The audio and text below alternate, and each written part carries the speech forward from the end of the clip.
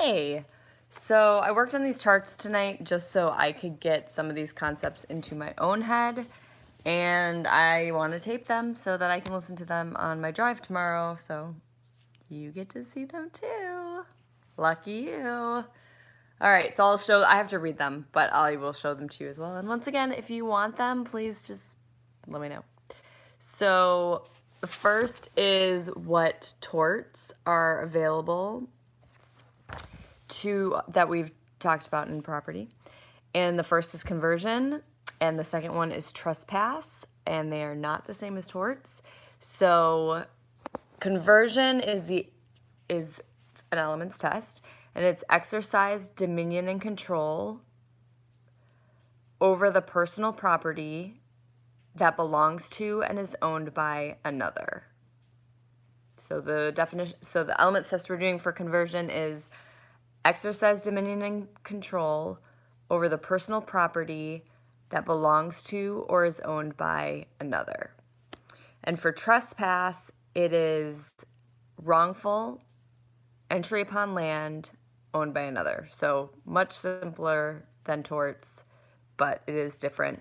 And the remedies for those two torts are either ejectment or the statute of limitations on trespass may result in adverse possession. All right, so another tort is nuisance, but this was a little bigger and had more information, so I made a different chart with it. And you can see it right here. You can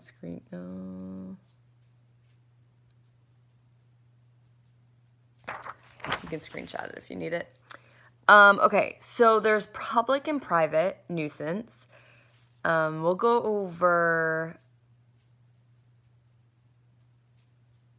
okay, so if there's nuisance,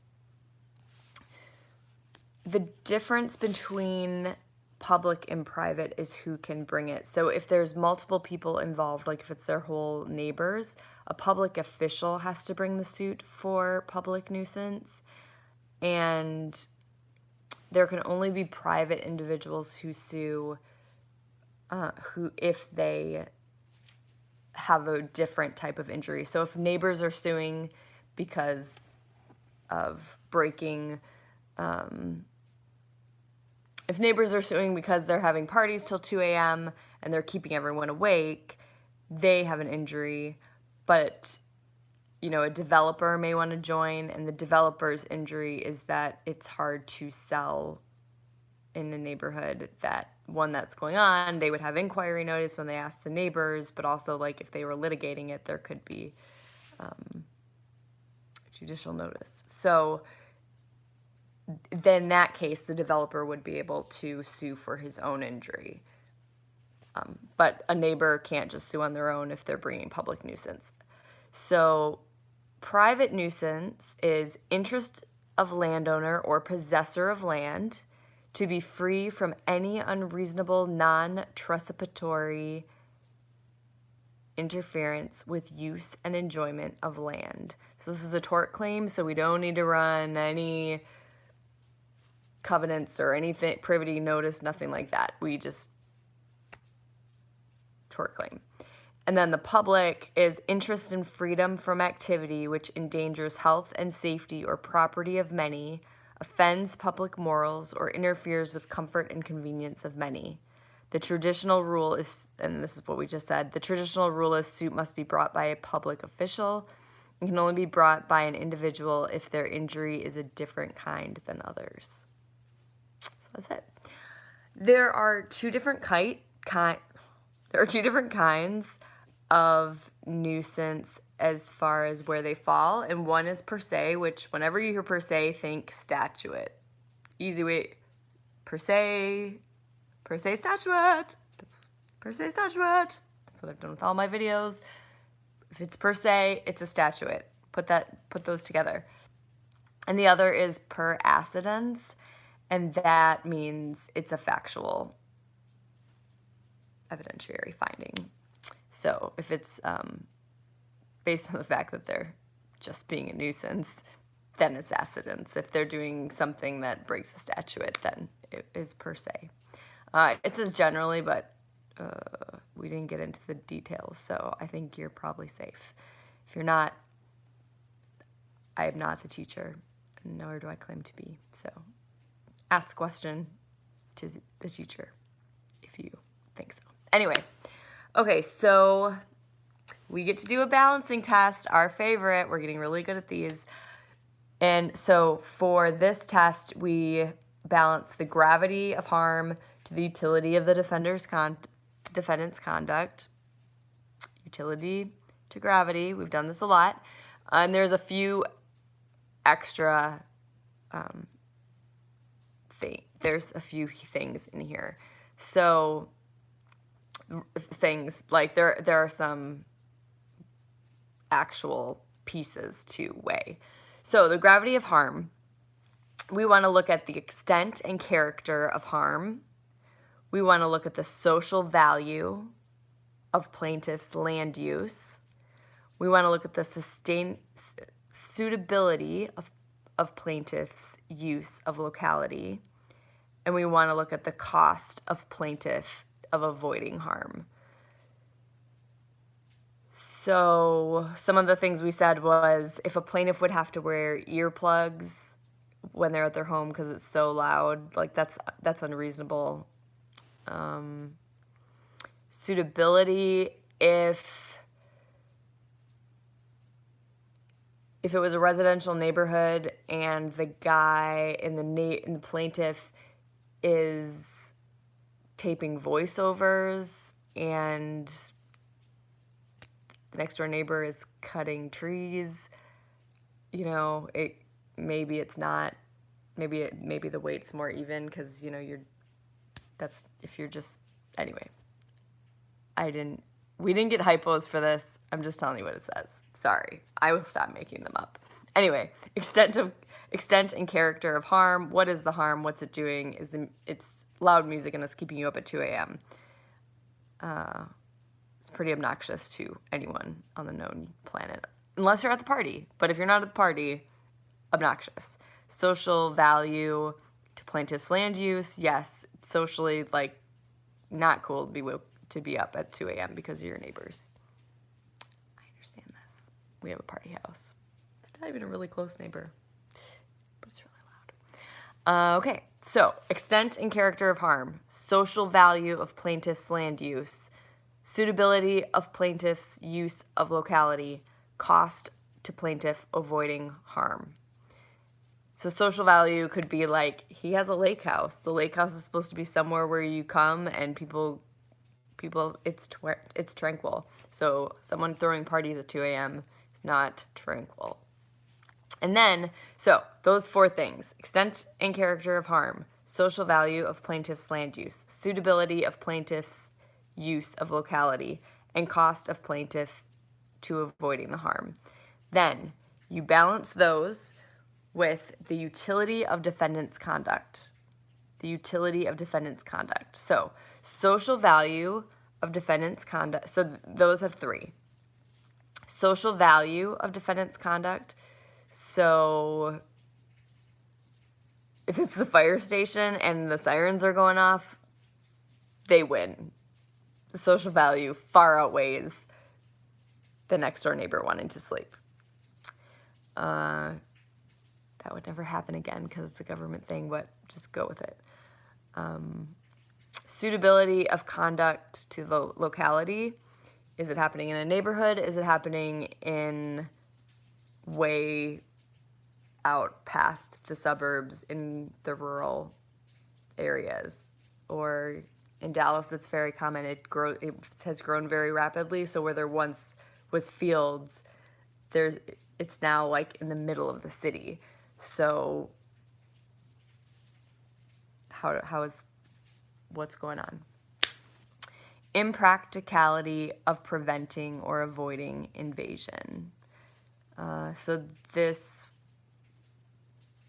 I think it was a concrete factory in our case, and they had dust. They were getting dust on the land, but we needed it, the country needed that business so much that they just had to pay people. So, utility of defendant's conduct, social value, suitability, impracticality of preventing it. So there's 3. So you're balancing 4 to 3. See how it goes. And then if harm caused by the conduct is serious and the financial burden of compensating for this and similar harm to others would not make the continuation of the conduct not feasible. So in one of the cases, the plaintiff had to pay to move the defendant, which was odd.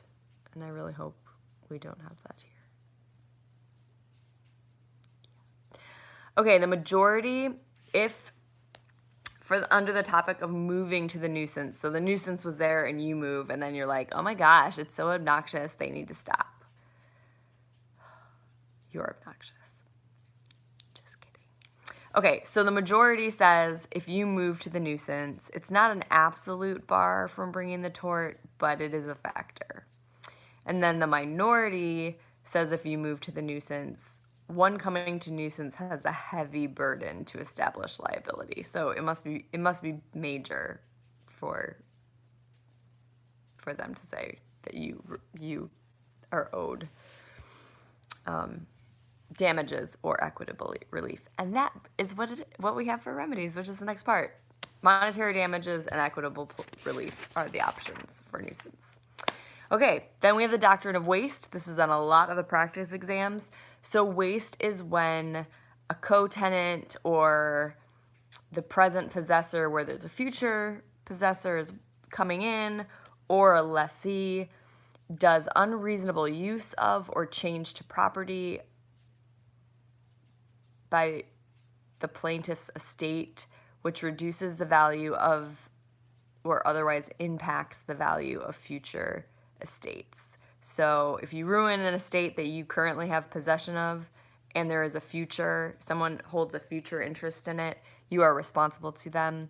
If you ruin it, it is the Doctrine of Waste, and you will want to know that.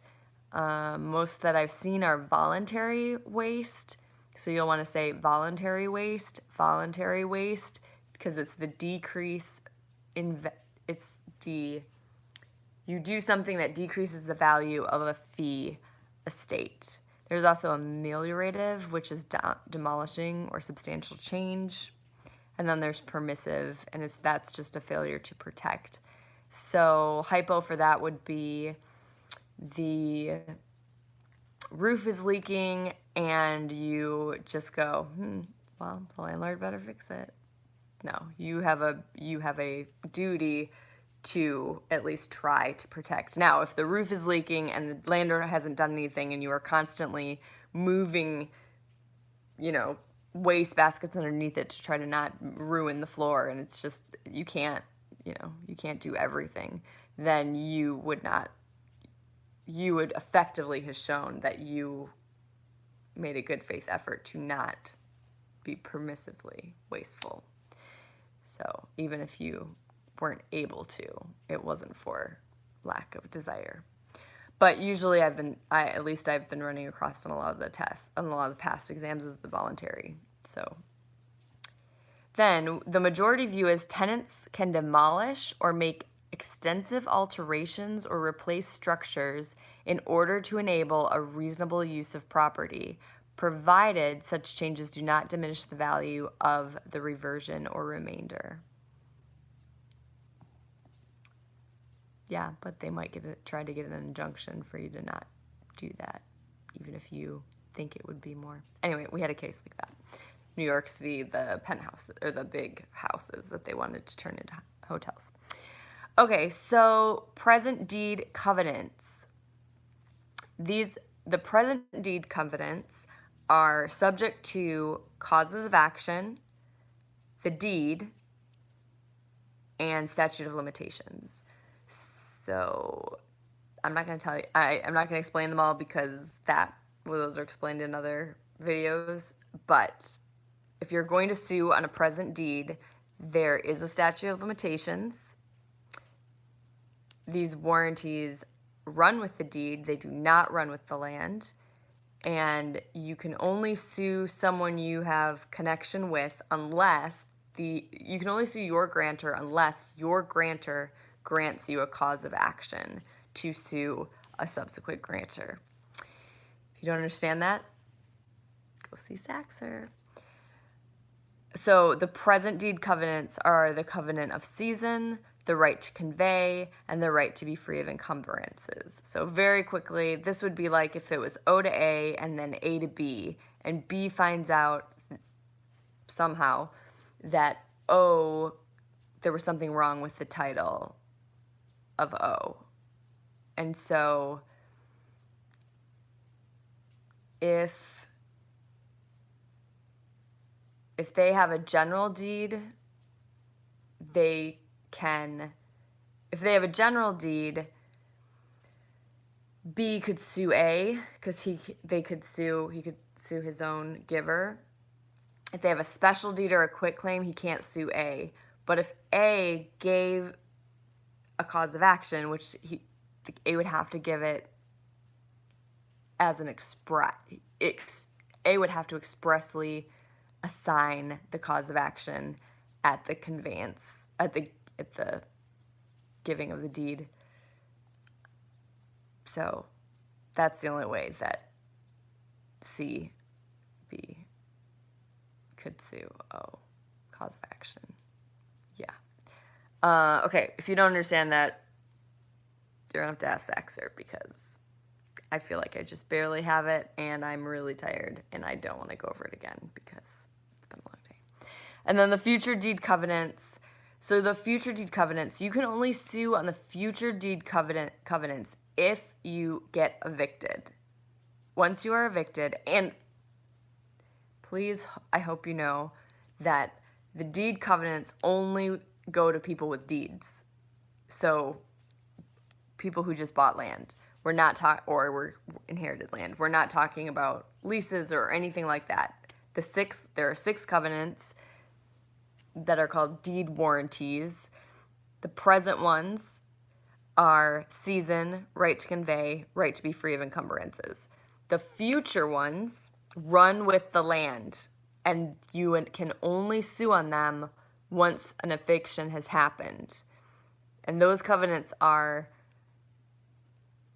warranty, which is basically saying that your title, there's no problem in your title. Quiet enjoyment and further assurances.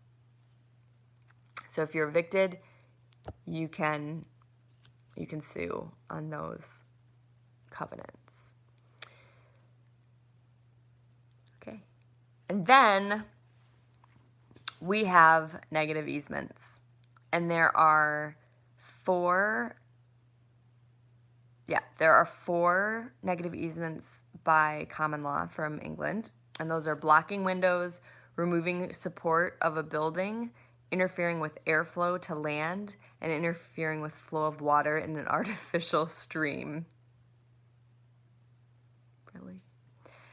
The ones that we are concerned with in America, or that we're not concerned, we've added, are they stop neighbor from blocking a view. Oh, I really have that. Okay, which I think could be put into the other one, but the other one is scenic and conservation easements. So this could be solar panels, this could be like historic preservation things, but blocking view, scenic, and conservation easements are what America does separately. So those are negative easements. Here is the thing. This one is weird. I'm not great at charts in Word, so we'll figure it out later maybe. Another time. Maybe one of you guys can teach me. Okay. We're getting there. We're going to stay on... Okay. So, caveat lessee, implied covenant of quiet enjoyment. So, implied warranties of commercial... implied warranties of leases. And we have commercial and we have residential. You're not going to be able to see this. Seriously, just let me know if you want it, and I'll send it to you. But, so for a commercial lease, what you're going to do is if things are crazy and you're like, what is this stupid landlord liable for? Well, under caveat lessee, the landlord, oh, we gotta plug in, otherwise you're gonna die. Hold on. Oh. Okay. All right, so under caveat lessee, whenever you hear caveat in property circles, what the heck is going on? Well, hold on.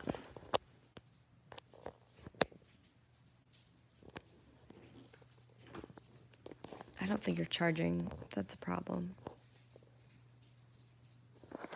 Okay, well, I hope you are. If not, the video's going to be cut off. But we're almost to our time anyway. This takes so long. Okay, caveat lessee. Landlord has no duty except, and now we've got these. And these exceptions you need to know. Short-term leases of furnished dwellings. Landlord has a duty. The landlord has a duty to disclose latent defects, duty to maintain common areas, duty to undertake carefully any voluntary repairs, duty to abstain from fraudulent misrepresentations as to conditions, and duty to abate immoral conduct or other nuisances. Okay? So if a commercial landlord breaches those things, then you remedy based on implied covenant of quiet enjoyment. And the implied covenant of quiet enjoyment, that's what we'd say you were breaching. That includes the duty not to disturb a tenant's possession by landlord or by someone with paramount title. Duty comes from express lease provisions or implied from caveat lessee exceptions, which is what we just said. And then actual or partial actual eviction allows T to stop paying rent. So we're very good at constructive eviction, but if a landlord breaches the exceptions of caveat lessee, then you say they breached the implied covenant of quiet enjoyment. So that means your remedy is an actual eviction where you leave, where they've told you have to go and you stop paying rent, or partial actual eviction. So one room your landlord bars you from because I don't know why, but it's an actual eviction. So the majority stop paying rent. The minority abatement of rent. So you can figure out what that portion would be and take it out. Constructive eviction, we all know what that is. So you have to move out, stop paying rent. Breach must be substantial. Tenant must vacate in a reasonable amount of time. Tenant must be required to notify the landlord first and give reasonable time to repair. And then we have partial constructive eviction. So one part of the house is so bad you can't use it, but the rest of the house is fine. We're not talking about house. This is commercial. The rest of maybe the back storeroom is flooded, but the rest you can actually hold your business. That is partial constructive eviction, and that's also a split, but the split is exactly flipped from the actual partial eviction. So in this case, under the partial actual eviction, it was majority stop paying, minority abate. And for the partial constructive eviction, the majority is abating and the minority stops paying. Minority stops paying in partial constructive eviction. Pro tip, the tenant should put the money in escrow of some kind or with a lawyer, and so that they continue to pay rent, but not to, and that way they could show the court in good faith that they were waiting for the remedy to be solved. Okay, and then in a residential lease, we have the implied warranty of habitability. So IWH, implied warranty of habitability, we have in residential, and that is the duty for the landlord to deliver over and maintain premises that are safe, clean, and fit for human habitation. So a much easier bar that includes free from vermin, adequate locks, maintaining plumbing and electric, trash and garbage disposal, and repairs. It applies to latent and patent defects in in essential facilities of rented unit and common areas. Latent and patent. Patent means you can pat it, so you can see it, you can feel it. Latent means it's something you can't see. Once you find out about a latent defect, it becomes a patent defect. It just says they're liable. It applies to defects present at the outset as well as subsequent deterioration. It's based on statute and judicial decisions like housing codes. They've got to follow them. May cover all or only some types of residential leases. Breach varies by jurisdiction but may based on housing codes. Tenant must notify landlord and give reasonable time to remedy. No waiver of any of these above duties is allowed. So you can't say, I'm okay with rats in the apartment. I'm waiving my right to not have rats in the apartment, except maybe if you're there, your pet. And then no breach if defect is the fault of the tenant. So if you have a pet rat, gets loose, breeds, bad hypo. Okay, so remedies for that. Remedies for the breach of implied warranty of habitability. Terminate lease and collect damages. Stay in possession. Burden on landlord to sue for possession and back rent. T can withhold all or partial rent. T can repair and deduct. T must pay reasonable rental value. Calculation varies. Tort damages, discomfort and annoyance, infliction, emotional harm, and punitive damages.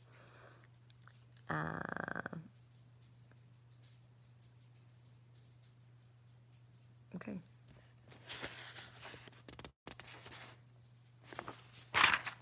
All right.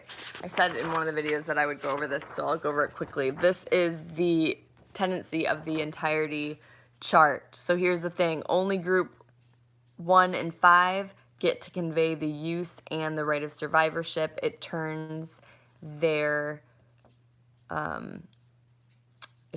what they have into joint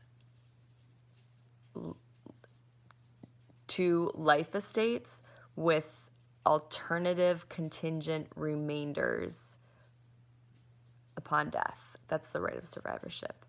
And the only difference between group 1 and group 5 is group 1 is only the husband can do that to the interest because it's arcane. Group 2 and 4, there is a slight difference, but really all you need to be aware of is that group 2 and 4, they can have a lender put a lien against the property, but the person only gets it in death. They cannot convey the right to use in life. And if in all 3 of these situations, if the borrowing spouse dies, the non-borrowing spouse takes it free and clear. And then group 3 can do nothing. So we love group 3. I'm sure we won't get a group 3 on a test, but that would be fantastic. All right, we're going to be really quick with these. All right, we've got these easements. A grant, an exception. The grantor gives the property, conveys a property, and then says, except for. That's an exception, whether it's an easement or blah blah blah. Anything except for is an exception. A grant. The grantor grants the servient parcel to someone else, and he keeps the dominant parcel, but he needs an easement over the servient parcel. So a grant is when the servient, yes, you're granting the servient, you have the dominant, you need that easement. The reservation is the grantor has 2 parcels, just like in the grant. He conveys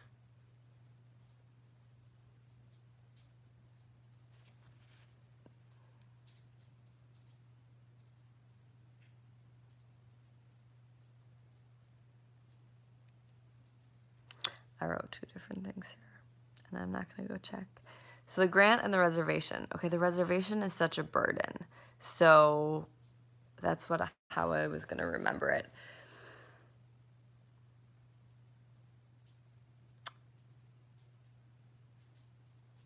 you are reserving it for yourself or you're granting it to another. So in a grant, you are the servient, they are the dominant. In a reservation,